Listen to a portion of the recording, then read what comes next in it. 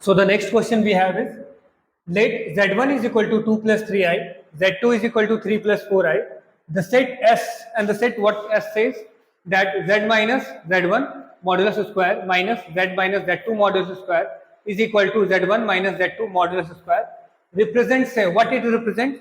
We have four options: hyperbola with the length of the transverse axis 7, hyperbola with the eccentricity 2, straight line with the sum of its intercept on the coordinate axis minus 18, and the fourth option is a straight line with the sum of its intercept on the coordinate axis equals 14. Let's see what we can do.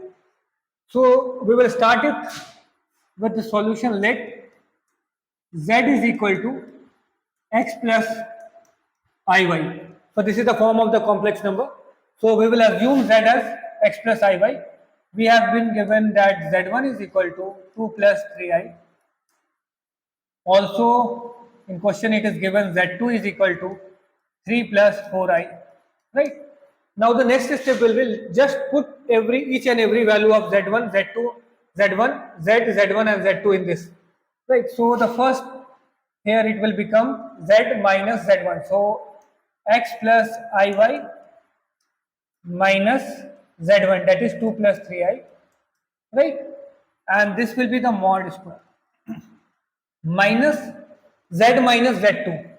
So the next step, so the next thing will be z minus z2. So this will x plus iy minus z2 is 3 plus 4i, right? And this again will be a square is equal to z1 minus z2 modulus square. Z1 minus z2 is equal to 2 plus 3i minus 3 plus 4i, right? And this again will be square, right? So now we will solve it. So how we can solve it? Here I can write that this will become, the modulus is x minus 2 square, right? X minus 2 square. Here it will become plus, it will become y minus 3. This will become y minus 3 square, and this will be under root, and the whole term is equal to, now this will square, right? And here what I will get here, right? See, here I will get x minus 3 whole square, right? And next I will get here is plus y minus 4 whole square, and in the whole term will be a square, right? Is equal to, here I will get 2 minus 3, that is 2 minus 3 will be a minus 1 square, plus 3 minus 4, that is minus 1 square, right? And this will be a square, right? So this I will get when I will do the modulus, right? This I will get when I will do the modulus. Now I can see that there is under root here. In both the term there are under root. So, and above the under root there is a square term. So I can remove both, because when we square the under root we will get this only term, right? So I can write x minus 2 square plus y minus 3 square minus x minus 3 square plus y minus 4 square is equal to, minus 1 square is 1, and this one again 1 plus 1 2, and 2 square will be 4, right? So no, this also here will be under root, and I will get here only 2, 1 square plus 1 square, and this will be equal to, okay, fine.